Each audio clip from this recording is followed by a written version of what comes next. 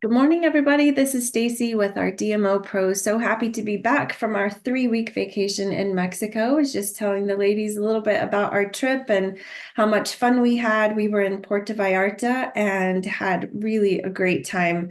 I was just saying I never felt unsafe. So if you want some recommendations of what to do or what it's like there, just reach out to me on Facebook or Voxer. I'd love to share some information with you, but we really, really enjoyed our time there and just chance to get away, do fun things. And I love that I was still able to stay connected with my business, but not having to work the whole time on vacation. And I think that's the whole point of doing a business like this, right? Is that we do have the flexibility to be able to go when and where we want. I know that's something that was on my heart years ago when I first got started with this. And so just really appreciated that time away, but still being able to be connected. And today we're going to talk about managing your energy versus managing your time. And so, really, a lot of that is going to come down to managing our stress level. So, what is the stress level in your life? And we're going to talk about 4 different ways to manage your energy, not just your time. So, we're going to talk about strengthening your body, strengthening your mind, strengthening your soul and your heart, and then how do we apply that to our business? So let's get started here. Reducing stress. I just want you to think about what areas of life or what in your life where you might have extra stress that needs to be cut out, because stress is going to have the biggest impact on managing our energy. And these other things are going to play into that stress level. If your body is physically stressed, right? If your mind is stressed out. So these kind of all of these pieces come back to overall stress in our lives. So what can we do to reduce stress? What's bringing about stress in your life? And I don't know if you guys have noticed, but a lot of times something just kind of slowly gets worse over time, and you don't even recognize how bad it is or how far you've gone from your original goal until you kind of self-course correct, and then you're like, oh my gosh, I was way over here when I thought I was here. And so just like on a road trip or something, if you just drive and you don't really have a plan, you're probably not going to get there in the most smooth path, right? So what is bringing about stress in your life? How do we cut that out? And then how are we handling stress? Stress is just a part of life. It's not a necessarily attack against us, and it's not always our fault. It can be the impact of other people's choices. So what we're just going to talk about today is how do we impact the choices that we make that impact us the most. So let's talk first about strengthening our body. What do you do to renew that energy within yourself, within your physical body? So nourishing our body, right? We talk a lot about food choices with our Juice Plus company, but I don't know, again, little things can slide to where you're fine having 1 cup of coffee, and then a year later you realize I'm drinking 4 cups of coffee a day. Like what happened to where I got to where I was drinking 4 cups? Or I met a lady on the plane and she was having some pretty serious health issues. So I said, okay, let's back it up. Let's talk health.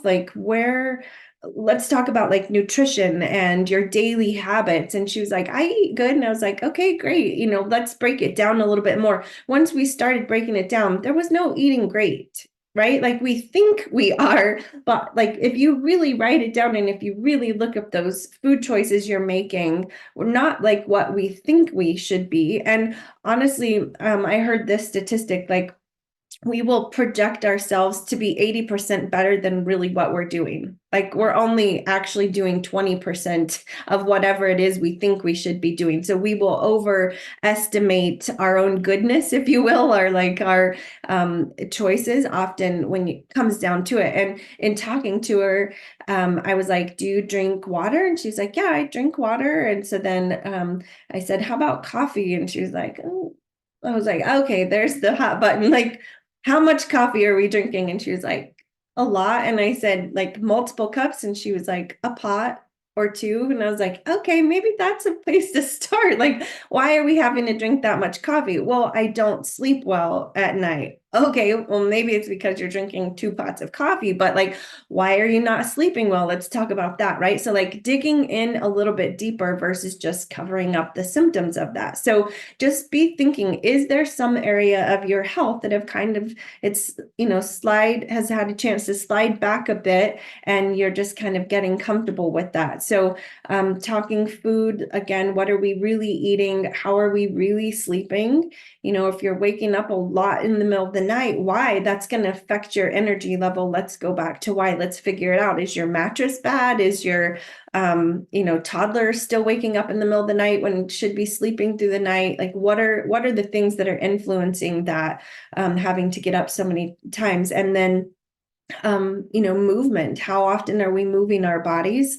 Really moving our bodies. And when we work from home and you work from a computer and you work from your phone, it's easy to sit and get things done. And that's definitely something I recognized over our vacation is just how stagnant my physical activity has gotten. And that is definitely brought out when you're trying to climb a 50-foot net of rope to do this, climbing zip line thing. And I was like, oh my gosh, what's happened? Like, but I did it. I got up that dang rope net thing, and it was a lot of fun. But, like, our body needs movement. I could feel myself getting stronger just from walking around every day and being active. And so just making sure that we're really moving our bodies. What is it that you like to do? Is it pickleball? I know that's a big movement right now. It's fun. If you've never played before, I'm not athletic, but I held my own and I was good enough to play and like enjoy the game. And it was something that you can do with friends, and you get to talk with other people. And, it's just 1 hour, but it can be a way to meet new people and connect and socialize. So if you are somebody who is fueled by other people, then probably doing an exercise program by yourself is not going to be as effective as if you have classes that you can go to, right? So that's part of managing your energy within that exercise and moving your body. If it's with other people, if you're energized by that, then make sure you're plugging into those things. What are some things that you've maybe put off that need your attention health wise? Maybe it's new glasses. I have put that off like forever. I lost my sunglasses in the ocean last summer. I was so irritated because it was my third pair of prescription sunglasses that I had lost. And I was like, you know what? Prescription sunglasses are for responsible people. You are clearly not responsible. I'm not paying for more for you. And so I just haven't done it. But I know I need to get prescription sunglasses again. My prescription has changed. Like, even putting that off is putting stress on my eyes. It's probably putting stress on my brain. Am I getting a headache from not having the right prescription? Like, again, that's just something that's easy to like put off till later. Blood work that needs to be done, and kind of numbers that need to be checked. Maybe you would like to have a thermogram done, and you need to find out where is that. And you can keep putting it off until later, but those things are in the back of your mind, and they're, for it's going to eat at you, right? Like it's going to drain your energy if you know that there's things that you need to be doing. So, just thinking about your own personal health. We focus on a lot of people's health, when we're helping them, but just give yourself a few minutes to really tune back into yourself, because when your body is stronger, that's going to affect your energy level of how you're able to show up in a conversation with someone, in a connection, even into your DMO and your daily activity. So let's talk about next, strengthening your mind. So this is like your thoughts. These are your emotions are, part of your mind. We think of emotions within our heart, and that's true. Emotions are often felt in the heart, but they're really in the mind. Emotions are part of your brain and how your brain copes with things, and just your thoughts. Okay, so that's going to be an influence of other people around you. Is there anything that's sort of eating at you, something that just kind of keeps repeating in your mind? If you find yourself repeating thoughts, start writing those thoughts down. And especially if they're negative thoughts, think about that. Like, you have the biggest influence over yourself more than anyone else, because you talk to yourself more than anyone else talks to you. And so if you have negative thoughts that keep playing in your head, if you start writing those down and you find that there's like 3 that keep repeating yourself, if you were to take that to your husband or your mom and your sister and you say, I want you to speak these 3 things over me out loud every day, they would probably be horrified. And they would be like, no, I'm not going to tell you that. And you're like, no, I need you to tell me these things. And they'd be like, I refuse. It's not true. I'm not going to say those things. That's not healthy. It's not okay. It's not right. It's not going to be helpful. I'm not going to say that. They would refuse to say it most of the time because it's not helpful, right? So if they are not willing to say it, and yet you're repeating it over and over in your mind, that's going to have an impact on your energy level, right? And so what are those thoughts? Let's replace them with something that is a more positive thought. If you don't recognize the negative, how do you replace the positive? You've got to stop saying the negative and replace it with the positive, but it takes being mindful about that and just recognizing, what is that negative thought that I keep saying? A nagging thought in the back of your mind. Excuse me. It really could be like one of those health things that you're putting off. And so it's just kind of in the back of your mind saying, hey, you need to get that done. Maybe it's even something in your life. Clutter. I know a closet that's cluttered to me will eat at me until I get that cleaned. It bothers me that it's not organized, and I'm going to have to dig through it to find something that it does. It like plays in the back of my mind. I know other people, it doesn't really bother them if something's super cluttered, but I don't like it that way. It does bother me, my kitchen being a mess, or whatever it is. If there's too much stuff that I can't manage, it's going to really start to eat at my energy level throughout the day, because I'm thinking of those things versus being able to focus. What's getting your attention, maybe too much attention, that you're putting so much attention into something else that it's really affecting your so it could be worry about other people. Like, worrying is often something that's an imaginative concept, or an imaginative result that's not actually going to happen. And yet we're worrying and we have this fear about something that may not even take place. And most of the time doesn't even take place. It's an imaginary thing that we think could happen. Even like what are people, other people thinking about you? And if you're thinking all the time, what are people thinking about me? I'll let you know, they're not. They're thinking about themselves. People don't think about us. They don't. They're not thinking about me. They're thinking about themselves. And so, but if your thoughts are always worried about what other people are thinking, that's going to weigh on your conversation, right? How can you discipline that side of things? I know one of the gals I met, we had a really great connection at dinner. She was very interested in Juice Plus. I followed up with her in a couple of days, and all her answer was, oh, I looked up Juice Plus. Well, that like totally takes me into this wacko mindset. I was like, she looked it up online. She found this, like she found that, like she's not interested. That's it.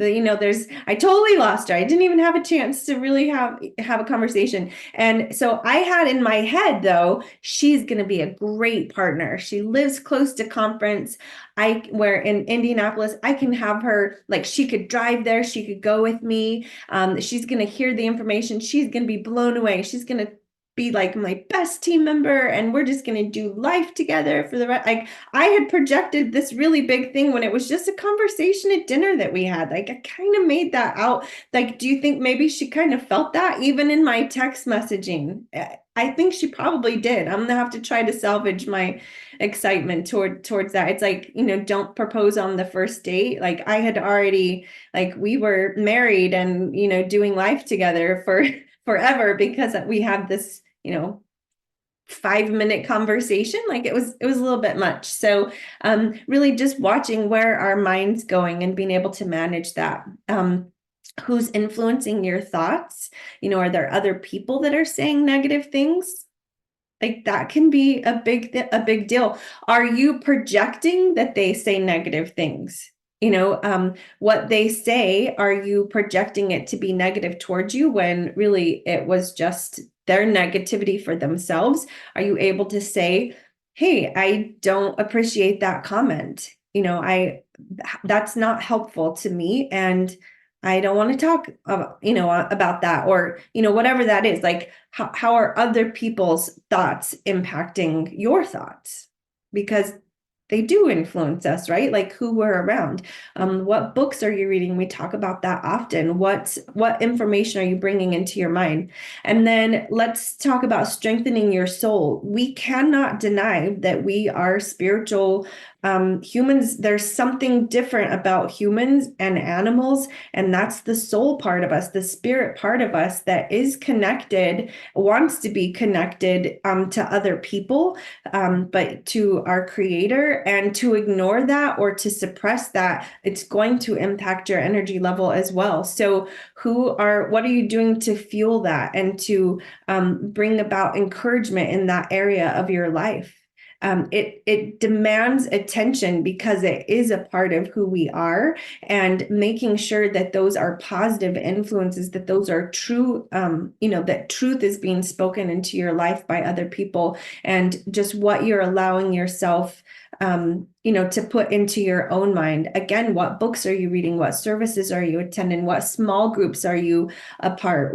Like small study groups are you in? Digging deeper and really knowing what is it that you believe and why do you believe that? That's also going to affect your energy. So being able to just pray and meditate, to be able to relax, to just step into the trust of, a God that loves you and that sees what's in your life, and to let go of things versus wanting control everything in our life. It's very freeing. It can be very releasing, and it can really affect your energy levels as well. And then strengthening your heart. So this is really like the relationship side of things. So relationship with yourself, relationship with other people, having the hard conversations, but learning the skills, the communication skills to have the conversations effectively.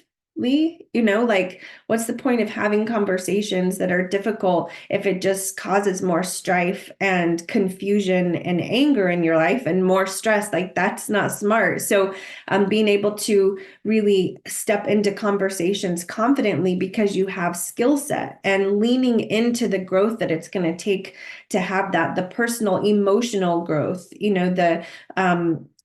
the dealing with your past, and really being able to be present and be happy in the moment and to have joy in your life. Like that, of course, that's going to affect your energy levels. So developing healthy boundaries with people, and again, just stop avoiding the hard things and leaning into those with a growth mindset. And I feel like your heart and your mind are obviously greatly connected, and your relationships and connections with other people are going to have a big influence on that emotional stress level, in all areas of your life. So just take some time today to think about those areas, strengthening your body, your mind, your soul, and your heart, because that is going to help us manage our energy level versus managing our time. And often we think about just managing our time. I need to get better at, not being distracted about things, and do my DMO every single day, and whatever we're talking about time management, but energy level into that time makes a difference. So when are you most alert during the day? If you wait to do your DMO until 9 o'clock at night when you're drained and you've had a really long day, it's going to affect your conversations at that time, right? But if you're not a morning person and you force yourself to get up at 6 o'clock to do a DMO, that's probably not going to be your best time either. So managing your time can be part of that, of like, what time of the day are you most effective? And then there's even studies that have talked about, like, especially with women, like our monthly cycles of what part of the month are we the most alert and attentive. And you can really, I forget the book, if somebody knows the book that's been pretty popular lately about that, put that in the notes or in the chat. But knowing your own hormonal cycles of when you're most, that's when you do your events. And if you know that your energy is really low one week, maybe that's not the best week to do an event. And so just being aware of that. What fuels your excitement? What brings you joy with your business? What do you really like doing? What events do you enjoy? If you enjoy being around other team members and partners, make sure you're plugging into as many of those as you can, especially local. Going in person makes such a big difference. If you don't have those in person, be the one that hosts them and brings people in. If being around a lot of people is draining to you, manage that wisely. It doesn't mean you have to go to every single event. If it's more than what you're able to manage, be wise about which ones you choose to do. But what events do you like doing? And then do those events. If you hate sourdough classes, I don't suggest doing sourdough classes. You're not going to have fun with it. And the people that are there are not going to have fun with it because you're not enjoying it, right? If you don't like salad jar parties, then don't do salad jar parties. If you love presenting, be the presenter versus just watching the video. If you don't like presenting, watch the video instead of doing the presenting. Don't force yourself into something you don't enjoy. There's a difference between pressing yourself into growth and leaning into that, and then forcing yourself to do something you don't enjoy. You're wise. I mean, we're adults here. We can recognize what those are. And then what do you do to refuel yourself when you are down? Do you have somebody on your upline that you can reach out to that gives you the pep talk, that talks you off the ledge and helps encourage you? Do you have a spouse you can share that with, or just a friend? And what refuels you? Is there a playlist on your phone that you can tap into, that you can listen to? I know when I was working towards national marketing director, I already picked out my song that I was going to walk the stage with. And when I felt really like this business is not working, there's no way I'm going to get there, I would listen to that song again and again and again, and it would like refuel me. And I'm like, okay, let's keep going. And so do you sort of have like an anthem song that you can play, or a playlist that just refuels you and encourages you to keep going? Managing those disappointments. We can make up all those stories in our heads. I made up all these stories because that lady said she looked Juice Plus up. I don't know what she means by that. Who knows that she might say, I looked it up and it was great, but I've just been busy and I haven't had a chance to get back to you, right? Like, doesn't mean the conversation is dead and there's no going back to it just because she said she looked it up on Google. But boy, I can spin out of control with that one. What is your resilience level? How easy is it for you to bounce back from that disappointment and keep going? Or how much does that hold you back? What is your resistance level? What do you resist of, like, I'm not doing that. I will never do an event on my own. I will never go to conference. I will never leave my kids at home and go off for the weekend by myself. I will never. What's your never list that you say with your business? That's resistance. That's probably the area you need to step into to grow, because that's probably what's holding you back. And so I hope this has been an encouragement to you guys today. I'd like to open it up to you. Did any of these stand out to you? Is there anything you would like to add to strengthening your body, strengthening your mind, your soul, your heart, and then just that overall managing your energy? Does anyone want to chime in? And remember, you're muted. Stacy, this was amazing. Again, especially being gone. You came back, it was just like, holy cow, where does she get all these ideas? And it's funny, I've been scheduling my sourdough events like about a month out, and I hadn't done one for a while. I had one Saturday, and I just wasn't into it. I just didn't feel like doing it. And but I could see that my energy was, you bring the energy, because if your energy is low, you're the thermostat in the room. And so I just really had to, kind of step out of the way and just pray and breathe. And There's something I say that's from a pastor, and it kind of, brought me life again. But it was really funny because I could see that my energy was being reflected. I had 12 people at the event, and I could see that it was being reflected on the people. And so just to stop and be able to, in the midst of it, is to regather that. And I was able to turn it around. But it is so true. All of these, we need to manage it better. And the beauty of this business, right, is it's a personal growth journey disguised as a business. And I'm so grateful for that. But this is a great training. So thank you so much. You're welcome. And that's we could probably do a whole other talk on this of like managing the energy of an event, because you can have people in the event that tank that energy level. And we did yesterday at the sourdough event, at the salad jar event, we did. And I was like, why you gotta say that? Like, why is she saying those things? Like, I was showing him how to take lettuce off the tower garden. And I said, somebody said, it's totally clean. There's nothing on it. No herbicides, no pesticides, no contaminants.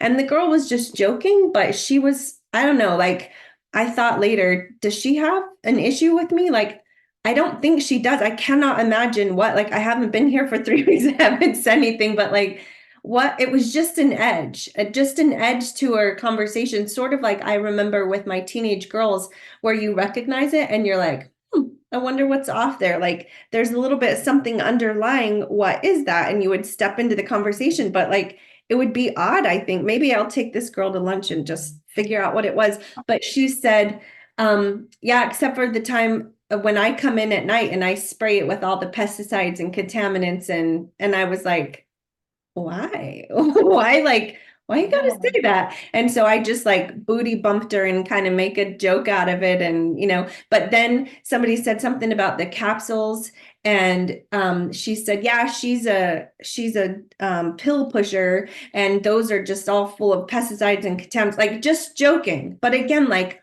why?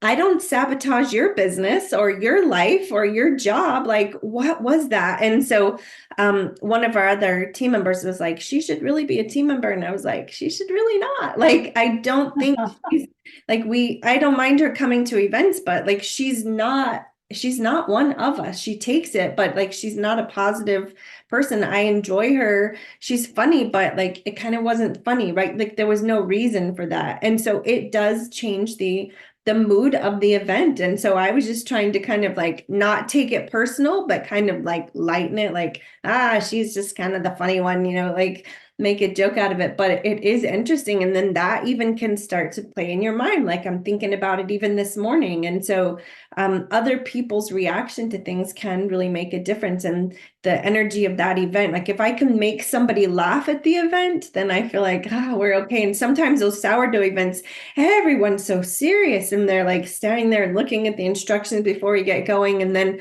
I'll crack a joke and nobody will laugh. And I'll say, okay, guys, that was funny. Like, that last group, they laughed at that. And I don't know what's got y'all so sour. Like, this is sourdough, but not sour people. Like, we're going to have fun. Like, let's joke, let's laugh. And it's okay to laugh until they're like, hee hee hee. And then, after a while, we're laughing and enjoying each other. And, but managing the mood or the energy of that event does make a difference. And we are the one. I love that analogy, Patty, of being the thermostat, not the thermometer. We don't want to just read the temperature. We set the temperature. We really do. So that's really good. Anyone else want to add anything? I just have a question for you, Stacy. Okay. I taught school for 24 years, worked in business for 20 years before that. And yet when, like, I've got a meet and greet at our library this afternoon, I am so painfully shy when I get in a situation like that. And it's like, I have total belief in the product, total belief in the company, all of that. But yet getting up in front of people, just, I don't know. I don't know where that comes from. Because I taught teenagers. There's probably not a rougher crowd than teenagers. Yes, that's true. If you can teach teenagers. What if you were to tell yourself, instead of I'm nervous, I'm excited?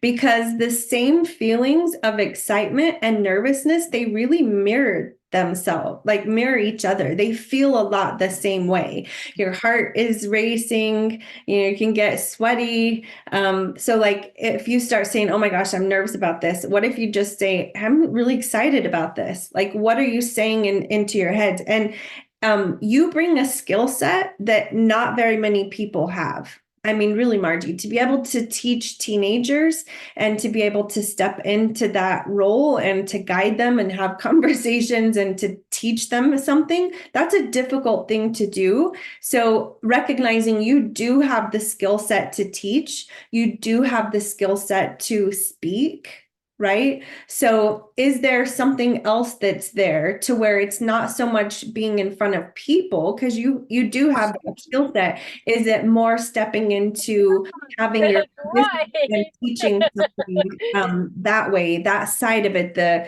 what are people going to think of me? I don't know. It's so That just excited. might be a Callie's little bit. here. Yay. Hey, Kim, Callie and can Colin you are mute here. yourself, love? I don't know if you can mute her, Patty. But I don't know if that helps, Margie, but it could just be even I'm excited versus I'm nervous. Yeah, and I think too, the mix and mingle thing, it's difficult for me to start a conversation. And again, I think there seems to be like a shyness about me that I've always dealt with.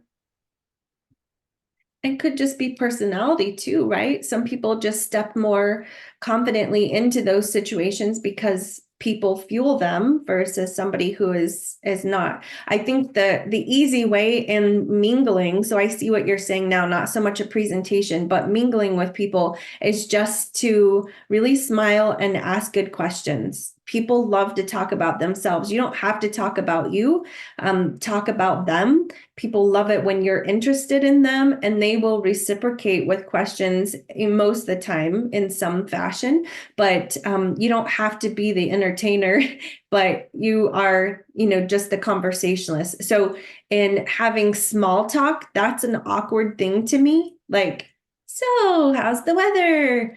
What you been doing lately? Like, there's only so much you can go into, right? But like, can you ask a conversation question that gets a conversation going, and then you can volley back and forth by asking another question? That's interesting. Tell me more about that. Digging deeper in what they're saying. That type of conversation is much easier to me than just mingling of like, hi, and just the surface side of things. So maybe not feeling like you have to have shallow conversations with everyone, but just kind of pick someone like, okay, I'm going to have a deeper conversation with her. Do you know something about her that you can have a conversation with and start the conversation and asking questions? Thank you. I don't know if that will help. You tell us. You tell us next Wednesday how it helps. I will do that. Yay, good. I said Monday. That's not even a word. That's not even a day. I'm making things up now.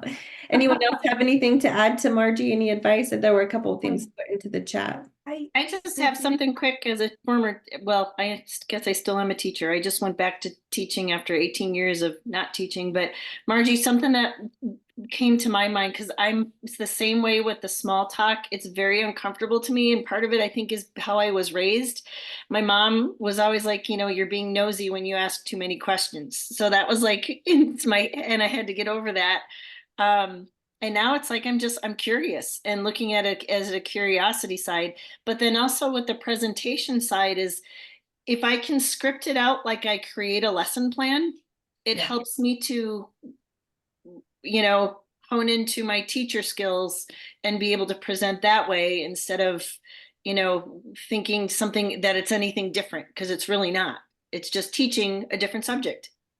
Yeah, that's great. And I'm glad you said that, because I think some people that I have dealt with in Juice Plus have kind of wanted me to squelch the teacher side of me, and I can't do that. That's who I am. And like you and Stacy have both said, I need to capitalize on those skills and use those skills.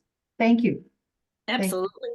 Heck yeah, teachers make incredible team members. If we can find teachers, like my NMD line, they're all teachers. You girls are listening, like I love them. They step into presenting in a different manner. They have connections. People love them. Like I will take a teacher any day. So yeah, don't stifle that too much, because it's who you are. It's a part of who you are. Step into that skill set. You took years developing that. Like It's there for a reason. Let's apply it. Stacy, I thought everything that you touched on today was perfect for me. I have a lot of this stuff going on, but when Margie said that, and then I saw Sean put something in also that she used to speak in front of people all the time.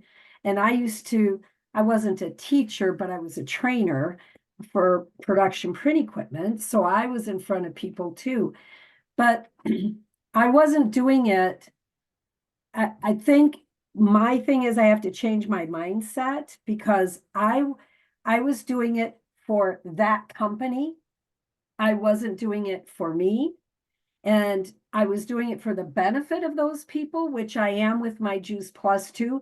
But I always feel like, oh, but I'm going to benefit and I shouldn't benefit. But there's no reason I shouldn't benefit. But I think sometimes that's where some of us come from, is that when we're doing it for a company we work for or something like that, it's different than when we're doing it for our own business, which should be doing it even stronger. But I don't know. That was one of the things that came up when Margie was saying that to me. And you could think of it the same way, like the company is paying you to speak for them, right? Like we don't actually get paid to sell a product, in that we're not giving them Juice Plus and they're giving us cash or a check, right? Like they're buying the product from the company pays us to market it. So if that helps in your mind to think of, like, you are marketing, you're helping this company market their product. That's what network marketing is, right? We're marketing the product through our network of people. Maybe just shifting into that mindset, not putting so much pressure that you have to do this for yourself or for your business, to grow your business. Like sometimes kind of relieving the pressure valve can help. What is that for you? What is that pressure buildup that just makes it not fun? That's going to affect your energy level going into that. So we Thank can you. put a lot of pressure on ourselves that doesn't have to be there. Yes, Miss Sue, did you want to chime in? Yes, I'm a teacher too, and I've done Juice Plus a long time, but I think something that helps me, I'm kind of squeamish about sharing at events and stuff too sometimes, but if I pull back and focus that I have something to teach these people and they are here in front of me, and it's my job to give them the information and educate them about what I know. They can do whatever they want with the information, and I just have to put my whole thought process into, I'm teaching you what I have to teach you. And you can ask questions, or sometimes I do ask questions during things to or interactions one-on-one, just to get them engaged and stuff, so that helps. That's perfect. Sort of like walking in with open hands, not holding so tight to who's in the room and what's going to be said and what are the results going to be and who's going to order, but just open hands and open heart and open mind with gratitude of, we're all here. Let's just share what needs to be shared. And those that need to hear the information will hear what they need to hear. And those that are ready to move will move forward. And those that aren't, I'm still here for them. We're still a part of those conversations. So I think that's a great note to end with. Thank you so much, Sue. And thank you all for joining us. And we'll be back again next week.